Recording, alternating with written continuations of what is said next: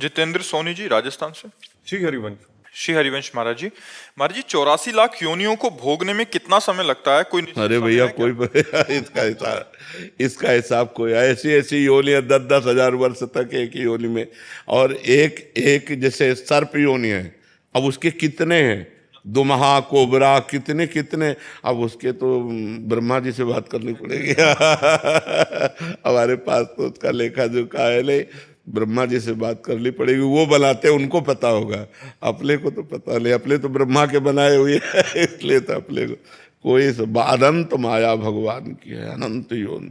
कहने को 84 लाख योनियां हैं, उस योनियों में अनंत। जैसे चींटी तो कितने प्रकार की चींटी, बिच्छू तो कितने, काली बिच्छू भूरी बिच्छू कितने प्रकार की, ऐसे कितनी योनियां, 84 लाख योनियों में एक योनि मनुष्य है, बकाया 83,99,999 योनियों। वो गणित तो भैया किसी को नहीं मालूम। आप ये विचार करो, एक मनवंतर में एक देवराज इंद्र होते हैं, लेकिन वो मरते नहीं है, वो केवल देवराज इंद्र। एक मनवंतर, आप सोचो, एक मनवंतर में वो तो राज्य करेंगे, इसके बाद वो उतार दिए जाएंगे। ऐसे कितने मनु, कितने इंद्र, कितनी बार बदलते हैं, तब ब्रह्मा जी का एक दिन होता है, ब्रह्मा जी का एक दिन।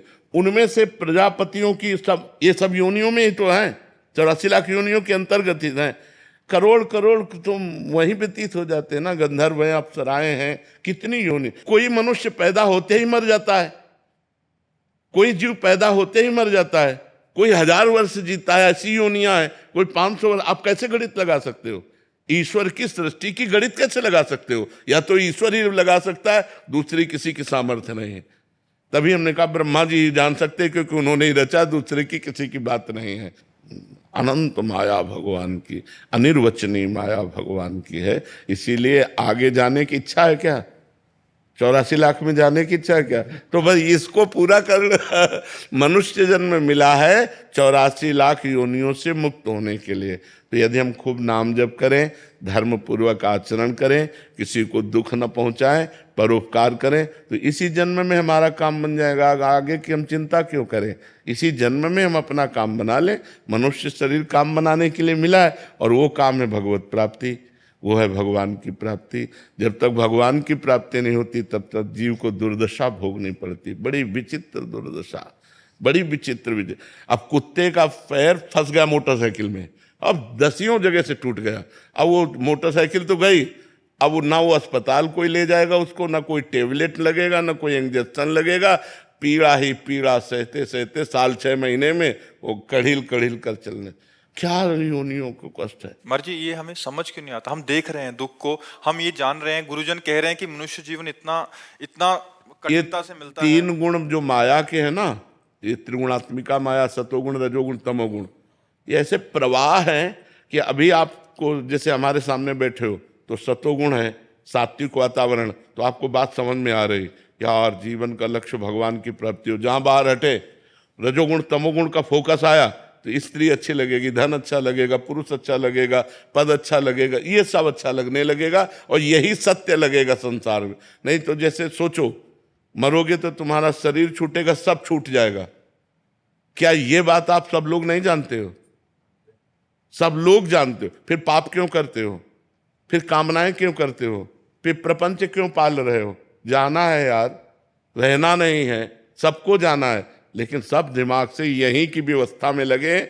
वहां की व्यवस्था कोई नहीं कर रहा है, कोई बिरला वहां की व्यवस्था सोच रहा होगा। नहीं, अगर हम जब तप भी कर रहे तो ये कह रहे हमारा लड़का बहू अच्छा रहे, हमारा बेटी दामाद अच्छा रहे, हमारी ये कामना पूर्ण हो जाए, हमारा वो काम पूरा हो जाए, बस इसी में हम लगे हुए। और यहाँ का कभी मर्जी देखी जाएगी, जो होगा कल किसने देखा, आज भोग लो। आज तो जब देखने को मिलता है तब देखने लायक नहीं रहते।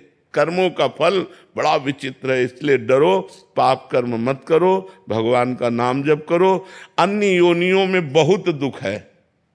अब जैसे अपने कांटा गड़ जाए तो अपने निकाल सकते हैं, ज्यादा पीड़ा है तो दवा ले सकते हैं, लेकिन पशु के कुछ नहीं है। अपने तो पानी की बोतल लिए घूम रहे, वहां कहाँ पानी है? जंगल में मान लो कोई सरोवर है, वो सूख चुका है, अब वो प्यासा घूम रहा है, प्यासा घूम रहा है, पानी कहाँ से उसे प्राप्त हो? पशु पक्षी हैं, बड़े बड़े कष्टमय जीवन है। आप क्या समझते हो, बड़ा कष्टमय जीवन है। और मनुष्य के हाथ पड़ गया तो भूंज के खा गए।